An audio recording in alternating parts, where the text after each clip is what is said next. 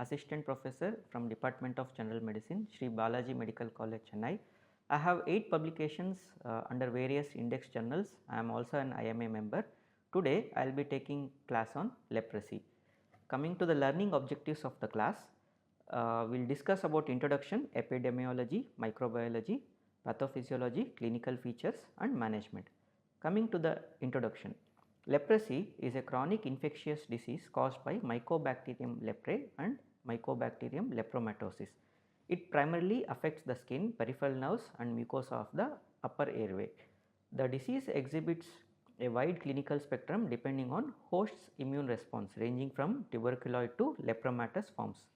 Leprosy remains a public health concern due to disability and social stigma despite effective multi-drug therapy.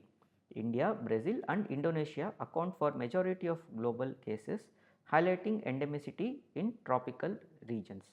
Transmission occurs through prolonged close contact, typically via nasal droplets from untreated multibacillary patients. Early detection and complete treatment are crucial to preventing deformities and halting the transmission. Coming to the definition, leprosy is a chronic granulomatous infection caused by M. leprae, an obligate intracellular pathogen. It primarily involves the skin and peripheral nerves, leading to sensory loss, motor weakness and trophic changes. M. lepromatosis has also been identified as a causative organism in some endemic regions, expanding the etiologic spectrum. Characteristic findings include hypopigmented or erythematous anesthetic patches and thickened peripheral nerves. The disease represents a spectrum of host immune responses from strong cellular immunity, that is tuberculoid, to poor immunity, that is lepromatous forms. WHO classifies leprosy as paucibacillary and multibacillary to guide the multi-drug therapy. Without treatment, chronic inflammation causes progressive deformity, disability and social stigma. Coming to the etiology and organism. The principal causative organism is Mycobacterium leprae, is a slow growing acid fast bacillus related to Mycobacterium tuberculosis. It cannot be cultured in artificial media, hence a major challenge in lab diagnosis.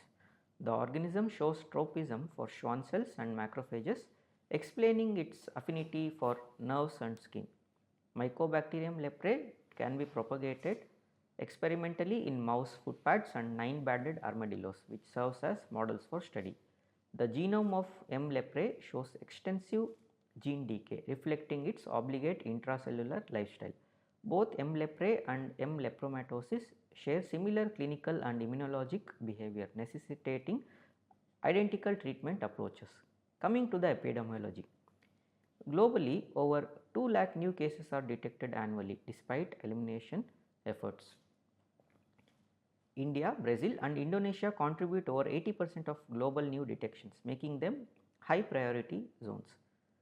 Transmission occurs predominantly within households and close contacts of untreated multibacillary cases. The overall infectivity is low and most exposed individuals do not develop disease due to innate resistance. Risk factors include genetic susceptibility, poor socio-economic conditions and prolonged exposure. Migration and delayed diagnosis contribute to pockets of persistent transmission despite national control programs. Coming to the transmission. Transmission likely occurs through nasal droplets expelled from untreated multibacillary patients. Prolonged and close contact is required.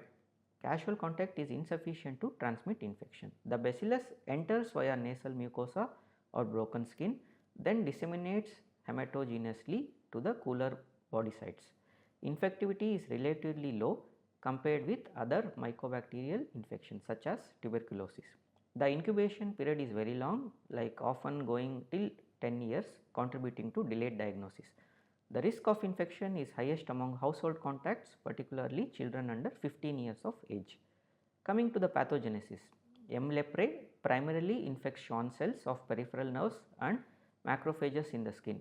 Bacilli bind to laminin 2 receptors on Schwann cells, leading to demyelination and axonal injury. Nerve damage arises both from direct bacillary invasion and immune mediated granulomatous inflammation. Subsequent loss of pain, touch and temperature sensation predisposes to trauma and deformities. In lepromatous disease, Bacilli multiply within macrophages producing foamy cells, that is Witchor cells. Chronic infection and immune dysregulation lead to progressive nerve fibrosis and loss of function. Pathologic changes culminate in anesthesia, claw hand, trophic ulcers and facial disfigurement. We have two types of classification, namely Ridley-Joplin classification and WHO classification. Ridley-Joplin classification system classifies leprosy into tuberculoid, that is TT, borderline tuberculoid, that is BT, mid borderline BB, borderline lepromatous, that is BL, and lepromatous, that is LL, and last we have indeterminate, that is I type.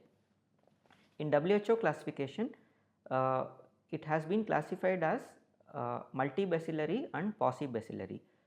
Paucibacillary, that is PB leprosy, is less than or equal to 5 skin lesions and or single nerve involvement, smear negative for acid fast bacilli.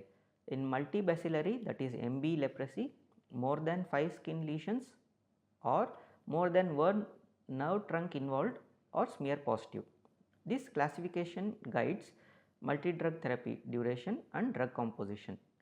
PB cases receive 6 months of rifampicin and dapsone. MB cases requires 12 months of rifampicin, dapsone and clofazimine. Coming to the clinical manifestations and diagnosis. Clinical suspicion should be suspected in cases of chronic skin lesions that are not responding to standard treatment and or sensory loss within the lesions or in the extremities. A small number of cases present with nerve involvement in the absence of skin lesions, that is pure neuritic or primarily neural leprosy. Coming to the diagnostic approach, diagnosis of leprosy is primarily based on clinical, supported by bacteriologic and histopathologic confirmation. Cardinal signs include hypopigmented or erythematous skin lesions with anesthesia, thickened peripheral nerves and presence of acid fast bacilli in slit skin smears. History of contact with a known case enhances diagnostic likelihood in endemic areas. Sensory testing for pain, touch and temperature helps establishing functional nerve impairment. Nerve palpation like ulnar, posterior tibial and greater auricular nerve etc. should be systematic and bilateral. Skin smears and biopsies confirm bacteriologic and histologic classification, essential for MDT regimen selection. So, coming to leprosy reaction. These are acute immunologic episodes occurring during or after therapy in about 30 to 50% of cases. Two major types, type 1 that is reversal reaction, type 2 that is erythema nodosum leprosum, ENL type. These reactions result from immune fluctuations rather than bacterial multiplication. They manifest with inflammation of skin lesions, nerves, eyes, joints or systemic features. Uncontrolled reactions can cause permanent nerve damage and disability. Early recognition and prompt treatment with steroids and thalidomide are essential. Multi-drug therapy should continue during these reactions as bacilli remain susceptible to standard regimens. Coming to type 1 reaction, that is T1R reversal reaction. These reactions occur in borderline BT, BB and BL forms due to cell mediated immune reactivation against M. leprae antigens. Existing lesions become erythematous, swollen and tender, sometimes with the appearance of new plaques. Neuritis is prominent and may lead to acute loss of sensation or muscle power if untreated. Systemic features are mild and fever and malaise may accompany skin inflammation. Treatment involves oral prednisolone starting with a dose of 40 to 60 mg per day, tapered over weeks to months. Early corticosteroid therapy is critical to prevent irreversible nerve impairment and deformity. Multi-drug therapy should be continued uninterrupted as reaction management targets immunity, not infection. Coming to type 2 reaction, which is labeled as T2R, erythema nodosum leprosum, ENL. This occurs almost exclusively in BL and LL forms due to immune complex deposition and neutrophil mediated inflammation.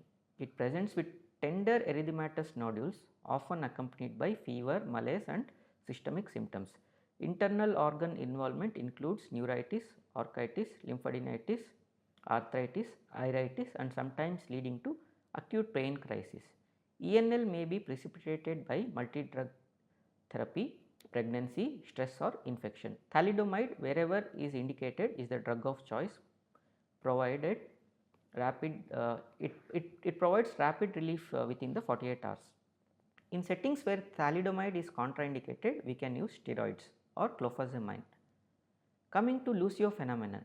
Lucio phenomenon, it is also called as erythema necroticans, is a rare severe necrotizing vasculitis like reaction seen in untreated diffuse lepromatous leprosy, mainly in Mexico and Central America. It manifests with painful, purpuric and ulcerative skin lesions typically on the lower limbs, which may become necrotic. The reaction is caused by direct endothelial invasion by M. leprae, leading to thrombosis and ischemic necrosis. Systemic symptoms include fever, malaise and secondary sepsis due to ulcer infection. Histopathology shows bacilli within vessel walls and endothelium with fibrinoid necrosis and thrombus formation. Management requires urgent MDT continuation, systemic corticosteroids and broad spectrum antibiotics for ulcer superinfection. Coming to the differential diagnosis, leprosy can mimic several dermatologic and neurologic conditions, making differential diagnosis essential. Tinea versicolor, vitiligo, sarcoidosis, cutaneous tuberculosis, peripheral neuropathies due to diabetes, alcoholism, amyloidosis should be ruled out. Coming to the treatment, for tuberculoid, that is paucibacillary types TT and BT, we give rifampin 600 mg once monthly for 6 months, dapsone 100 mg once daily for 6 months, clofazimine 50 mg once daily and 300 mg once monthly for 6 months. Coming to the lepromatous, that is multibacillary LL, BL and BB forms, we give rifampin 600 mg once monthly for 12 months, dapsone 100 mg once daily for 12 months, clofazimine 50 mg once daily and 300 mg once monthly for 12 months. Coming to the prevention, the general principles are managing active cases as well as contact cases, and prophylaxis, give rifampin 600 mg oral single dose for all the contact cases, and vaccination like BCG vaccination is partially protective for leprosy. That is all for today's class. I will come back again with another interesting topic. Thank you all.